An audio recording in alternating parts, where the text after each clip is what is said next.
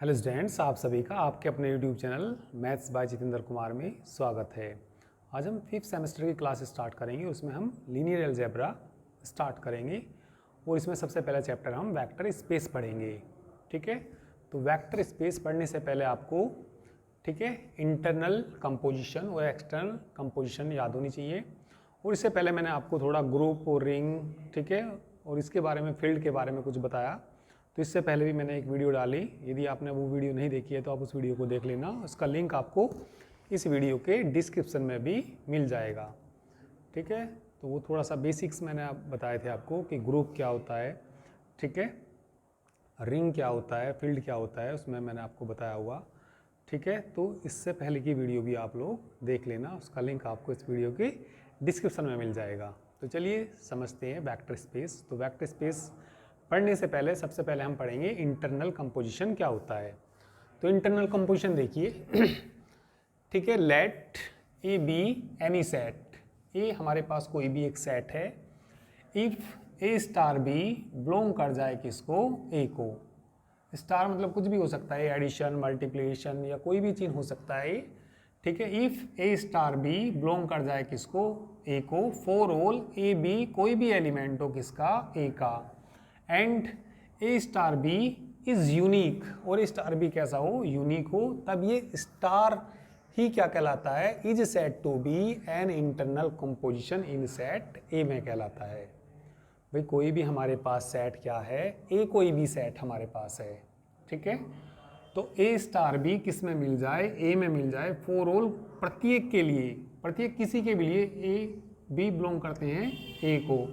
तो ए में से दो एलिमेंट पकड़िए कोई भी, ठीक है, और उनमें ऑपरेशन क्या लगाइए, स्टार लगाइए। तो ए स्टार बी किस में मिलना चाहिए, ए में। कोई भी एलिमेंट ले लो चाहे ए में से, और ए स्टार बी कैसा होना चाहिए, कोई यूनिक होना चाहिए, तब ये जो स्टार ऑपरेशन है, ठीक है, तो ये क्या कहलाता है, हमारा इंटरनल कंपोजिशन कहलाता है। किस सेट में कहलाता है, इन सेट ए में कहलाता है। ठीक है, इसके बाद चलिए एक्सटर्नल कंपोजिशन पढ़ेंगे। एक्सटर्नल कंपोजिशन क्या होता है, let V and F be any two sets.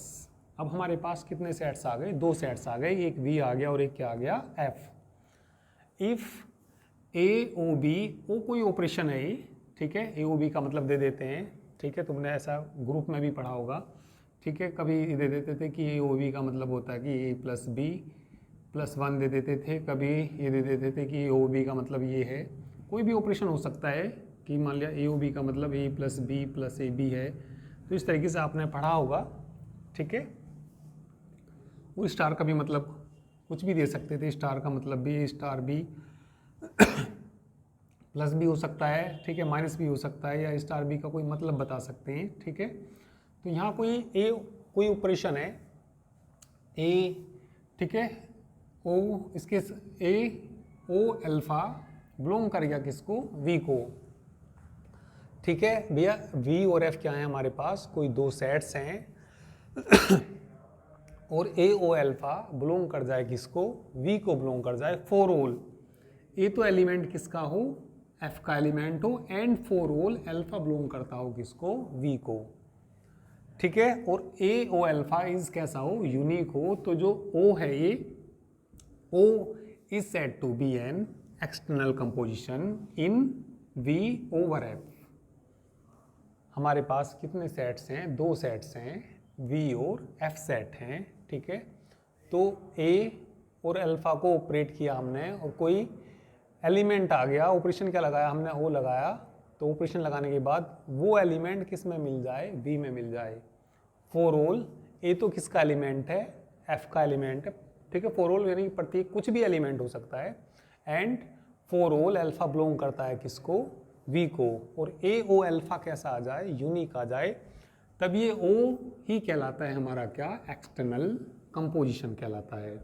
तो इंटरनल कंपोजिशन में तो दोनों एलिमेंट एक ही होने चाहिए और ऑपरेट करके वो किस में मिलने चाहिए, ए में ही मिलने चाहिए। परंतु इसमें दो सेट्स लेते हैं हम। ठीक है, तो एक एलिमेंट कहाँ से लेते हैं, F से लेते हैं, और एक एलिमेंट कहाँ से लेते हैं, V से लेते हैं, और ए ओ अल्फा किस में मिलना चाहिए, V में मिलना चाहिए। तो ये और वो ए ओ अल्फा यूनिक होना चाहिए। तो O क्या कहलाता है, ये एक्सटर्नल कंपोजिशन कहलाता है। ठीक है, तो ये डेफिनेशन नोट कर लीजिए। तो इसके बाद हम वेक्टर स्पेस की डेफिनेशन पढ़ेंगे, ठीक है। तो वेक्टर स्पेस की डेफिनेशन पढ़ने से पहले आपको इंटरनल कंपोजिशन और एक्सटर्नल कंपोजिशन मालूम होना चाहिए, तो नोट कर लीजिए आप लोग। चलिए अब वेक्टर स्पेस की डेफिनेशन देखिए। चलिए तो अब डेफिनेशन देखिए वेक्टर स्पेस की। तो वेक्टर स्पेस की डेफिनेशन देखिए हमारे पास मान लिया कोई एक फील्ड है, कोई अलजेब्रिक स्ट्रक्चर है हमारे पास, अलजेब्रिक स्ट्रक्चर एफ, ठीक है, with respect to addition and multiplication, ठीक है। लेट ये हमारे पास कोई अलजेब्रिक स्ट्रक्चर है, ठीक है, बी अ फील्ड। तो ये क्या होना चाहिए, एफ क्या होना चाहिए, कोई फील्ड होना चाहिए, किसके रिस्पेक्ट में, with respect to addition and multiplication, ठीक है। फील्ड के बारे में मैंने बता दिया, आपको पहले भी बता दिया फील्ड के बारे में। तो आपको यदि ये वाली फील्ड वाली डेफिनेशन पढ़नी तो इसी वीडियो के डिस्क्रिप्शन में एक वीडियो दिया हुआ, तो आप वो देख लेना, फील्ड क्या होता है, ठीक है। ग्रुप वगैरह के बारे में मैंने बता दिया। तो चलिए ध्यान दीजिए, लेट कोई अलजेब्रिक स्ट्रक्चर हमारे पास है एफ, ठीक है, विद रिस्पेक्ट टू एडिशन और मल्टीप्लिकेशन बी अ फील्ड। तो ये कोई अलजेब्रिक स्ट्रक्चर क्या है, कोई फील्ड है। The elements of F is called scalars. जो एफ के एलिमेंट है वो क्या कहलाते हैं, स्केलर्स कहलाते हैं। Let capital V be a non empty set whose elements will be called scalars. हमारे पास एक नॉन एम्प्टी सेट कौन है, वी है। नॉन एम्प्टी सेट कौन है, वी है, जिसके जो एलिमेंट्स है वो क्या कहलाते हैं, स्केलर्स कहलाते हैं, ठीक है। Then V is a vector space over the field F.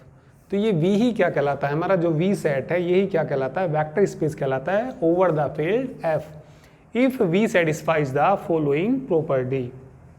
तो कुछ प्रॉपर्टीज हैं, यदि V सेट इन प्रॉपर्टीज को सेटिस्फाई कर देता है तो V क्या कहलाएगा, हमारा वेक्टर स्पेस कहलाएगा, ठीक है। सबसे पहली कंडीशन क्या है, सबसे पहली कंडीशन है कोई अलजेब्रिक स्ट्रक्चर V प्लस है तो ये क्या होना चाहिए, एबिलियन ग्रुप होना चाहिए, ठीक है। एबिलियन ग्रुप क्या होता है, मैं बता दिया आपको, यदि वो 5 प्रॉपर्टी को सेटिस्फाई करता है, ठीक है।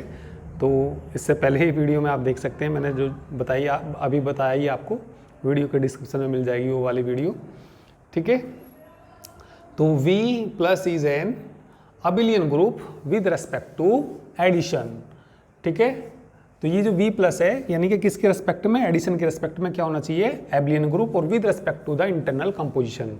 ठीक है, इंटरनल कंपोजिशन क्या होता है, दो एलिमेंट V के लीजिए और एडिशन लगाइए तो वो एलिमेंट उसी के मिल जाएं, तो उस कंपोजिशन को यानी कि एडिशन को क्या बोलेंगे हम, इंटरनल कंपोजिशन बोलेंगे, ठीक है। मैंने अभी देखिए आपको क्या बताया था, A स्टार B ब्लोम किस में मिल जाए, ठीक है, F मान लीजिए, A मान लीजिए या G मान लीजिए, ठीक है, और फॉर ऑल A B भी किसके एलिमेंट हो, यदि दोनों ही एलिमेंट F के हों और उनमें स्टार ऑपरेट करें या एडिशन, ठीक है, एडिशन लगाएं बीच में और वो एलिमेंट उसी में मिल जाए, ठीक है, तो वो जो कंपोजिशन होती है हमारी कैसी कहलाती है, इंटरनल कंपोजिशन।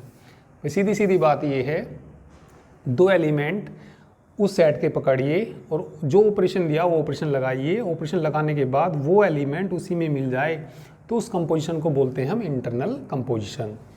तो V प्लस क्या होना चाहिए, एबिलियन ग्रुप होना चाहिए with respect to the internal composition. Second point, there is an external composition in V over F, ठीक है, called scalar multiplication। तो यानी कि स्केलर मल्टीप्लिकेशन कंडीशन को सेटिस्फाई करना चाहिए और इसमें जो कंपोजिशन होगा वो होगा एक्सटर्नल कंपोजिशन। क्यों होगा, क्योंकि A alpha belongs to V, A alpha belong करना चाहिए किसको, V को।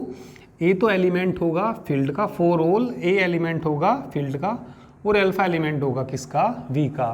तो एक एलिमेंट किसका लिया, F का लिया, दूसरा एलिमेंट V का, और ऑपरेट किया हमने A अल्फा, ठीक है, A अल्फा वो किस में मिल गया, V में मिल गया। तो इस कंपोजिशन को क्या बोलेंगे हम, जो इनटू में ये कंपोजिशन है उसको बोलते हैं हम एक्सटर्नल कंपोजिशन, क्योंकि एक एलिमेंट तो F का लिया और दूसरा V का एलिमेंट लिया और ऑपरेट करने के बाद में वो एलिमेंट किस में मिल गया, V में, ठीक है। तो इस कंपोजिशन को यानी कि क्या बोलेंगे हम, इस कंपोजिशन को एक्सटर्नल कंपोजिशन बोलेंगे, ठीक है। तो स्केलर मल्टीप्लिकेशन भी बोलते हैं इस कंडीशन को। स्केलर मल्टीप्लिकेशन क्या होता है, A अल्फा बिलोंग करना चाहिए किसको, V को, फॉर ऑल A तो एलिमेंट किसका, एफ का, और 4 होल अल्फा कोई भी एलिमेंट हो वो बिलोंग करना चाहिए वी को। ठीक है, चलिए नेक्स्ट प्रॉपर्टी देखिए, third property, the two compositions, ठीक है, that is scalar multiplication and addition of the vectors satisfying the following postulates. ठीक है, दो कंपोजिशंस यानी कि कौन कौन सी, स्केलर मल्टीप्लिकेशन और एडिशन ऑफ वेक्टर्स सेटिस्फाई करनी चाहिए ये, ठीक है, फॉलोइंग पोस्टुलेट्स। पोस्टुलेट्स मतलब कंडीशन कह दीजिए, प्रॉपर्टीज कह दीजिए, या हिंदी में अभिगृहित भी बोलते हैं। तो ये कंडीशन और सेटिस्फाई करना चाहिए ये सेट वी। कौन कौन सी condition, a into alpha plus beta बराबर a alpha plus a beta for all, जहाँ ए बिलोंग करता है किसको, ए को, वो एफ को, ए बिलोंग करता है किसको, एफ को, and for all alpha beta किसके एलिमेंट हैं, ये वी के एलिमेंट हैं। ठीक है, तो क्या कंडीशन है भैया, ए अल्फा प्लस बीटा बराबर आना चाहिए a alpha plus a beta for all a belongs to F and for all alpha beta belongs to V. ठीक है, second condition, a plus b into alpha बराबर a alpha plus b alpha for all a b belongs to F and for all alpha belongs to V. ठीक है, third condition, a b alpha बराबर a b alpha bracket किन दोनों पे, first to पे, और bracket किन दोनों पे चला गया, लास्ट टू पे, ए बी अल्फा के बराबर आ जाए, जहाँ ए बी तो किसके एलिमेंट हैं, ये एफ के एलिमेंट हैं, और अल्फा किसका एलिमेंट है, वी का एलिमेंट है। जो वी के एलिमेंट्स होते हैं उनको हम कहते हैं वेक्टर्स, और जो एफ के एलिमेंट होते हैं उनको हम क्या बोलते हैं, स्केलर्स। ऊपर बता दिया था ये मैंने। ठीक है, और लास्ट प्रॉपर्टी, 1 इंटू अल्फा बराबर अल्फा आना चाहिए फॉर ऑल अल्फा बिलोंग करता है किसको, वी को, and 1 is the unit element of the field F. तो यदि कोई सेट इन कंडीशंस को सेटिस्फाई कर जाएगा तो वह सेट क्या कहलाता है, वेक्टर स्पेस कहलाता है। ठीक है, तो टोटल ये हमारी वैसे 10 कंडीशंस हो गई। 10 कंडीशंस कैसे हो गई भाई, एबिलियन ग्रुप के लिए हमें कितनी कंडीशन आएंगी, 5, और एक कंडीशन ये हो गई 6, और 4 ये हो गई 10। तो यदि ये सेट वी कितनी कंडीशंस को सेटिस्फाई कर जाएगा, ठीक है, इन 10 कंडीशंस को सेटिस्फाई कर जाएगा, तो ये क्या कहलाएगा, हमारा वेक्टर स्पेस कहलाएगा।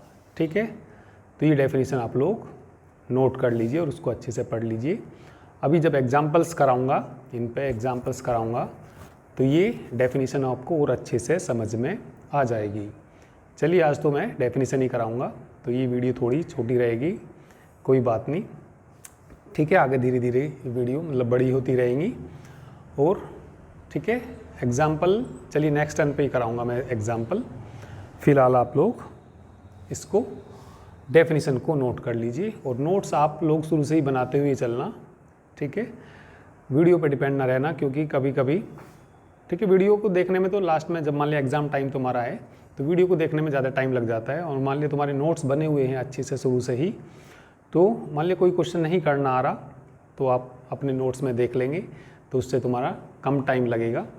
वीडियो ढूंढने में नेट हो ना हो थोड़ा सा मतलब उसमें प्रॉब्लम रहती है, इसलिए मैं कहता हूँ कि भैया आप शुरू से ही अपने नोट्स बनाते हुए चलिए। ठीक है, तो चलिए बाकी हम नेक्स्ट टर्न पर करेंगे, तो आज के लिए इतना ही। ठीक है, आप डेफिनेशन ये नोट कर लीजिए। ठीक है।